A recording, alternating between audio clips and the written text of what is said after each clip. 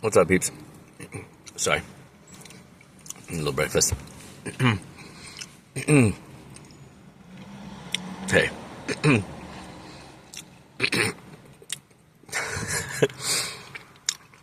If you grew up with a fucked up family,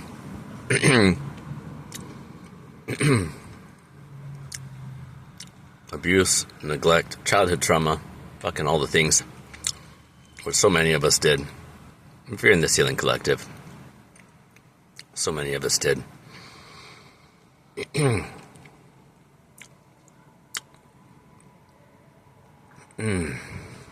Certainly hard. It's certainly hard to learn how to trust again, or to even have the desire to even want to.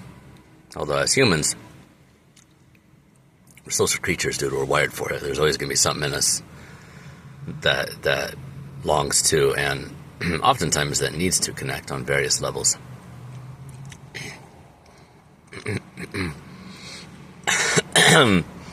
I don't want to get into the Chiron wounding stuff, but Chiron just moved into Taurus, and for us, Zennials, kind of late Gen X, early Millennials, there's like a little sandwich generation, some people are calling it, Zennials with an X. Feels very fitting, because many of us are on the cusp of a lot of things too. My astrology chart is like super duper cuspy in a couple spots, couple big spots, but I just decided that God was cheating with me, and I get 2 rising signs and 2 moon signs, so fuck it. Because it come back different readers, different software, even it'll come back different ways. So I got 2 of each. So there. So there, world. But astrology aside, for those of us that are healing from crazy shit in childhood, a lot of us adopted by either developing people-pleasing tendencies or like rebellion, and that can be like scapegoat, golden child type of dynamics. Some of us did both or had to do both depending on the situation, especially if your parents split and you grew up in 2 or like multiple households, and you had to adapt to survive in each one of those. It could be something a little bit different in each place, but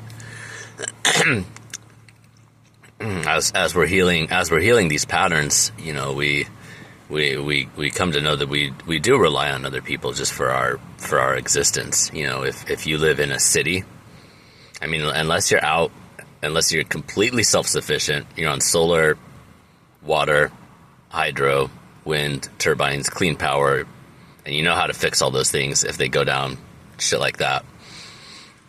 3 minutes is not gonna be short. Even those, all that shit came from somewhere, and hundreds, if not thousands of hands touched those things on their way to you. You didn't go out and do the mining for all these rare earth metals that are in your phone and all the shit that you use every single fucking day, hundreds of times. Car, battery, fucking everything, dude. Unless you're completely self-sufficient, you rely on other people. And for those of us in recovery from, whether you want to call it like codependency, people-pleasing tendencies, in PTSD and CPTSD, and childhood PTSD, it's like fight when you're in a when your system is in survival mode and you're overwhelmed, and your survival instincts kick in. It's called fight or flight, and this is when you have like adrenaline and stuff like that. You can't access your rational critical mind, your frontal lobes, your body goes into survival, and if you're having to experience that all the freaking time, it does change the way your brain is wired. Eventually, people develop oftentimes ADHD type symptoms. I'm seeing and learning. This isn't like official, but a lot of PTSD and CPTSD and ADHD symptomatology overlap significantly. So it seems like a lot of the kids that did go through trauma that was unrecognized, undiagnosed, develop, ADHD and other like neurodivergent stuff. And not that those things are wrong or there's anything bad with them. It's just like that's what we had to do to survive and adapt.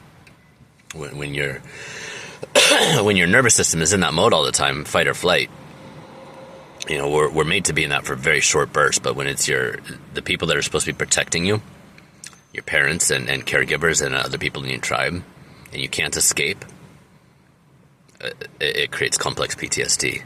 Simple PTSD is much easier to address if there's like violence,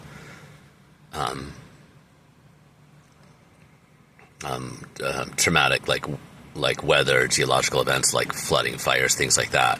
Those can cause PTSD, absolutely. But for somebody that has this like a foundation of safety and stability, those things can usually be addressed pretty quickly and easily once it's recognized. But for complex PTSD, it's all down in the wiring of your freaking belief system, because it was your caregivers that were creating foundational lack of safety for you, and when your nervous system is stuck in that fight or flight all the time, it's not supposed to be. It's not designed for that. It's not designed for that. And as you get older, if things happen and you get knocked back into that state on a regular basis, it affects your immune system and all kinds of stuff like autoimmune disorders and shit often stem from this shit or overlap with it in very significant ways. But the other two stress reactions when your system's completely overwhelmed, and these ones throat chakra attack. These ones, I've been reclaiming my voice. I'm in my 47th year now, and just digging into this stuff for the past year and a half, 2 years. Just learning about it. I've lived my whole life, lived my whole fucking life in these states, man.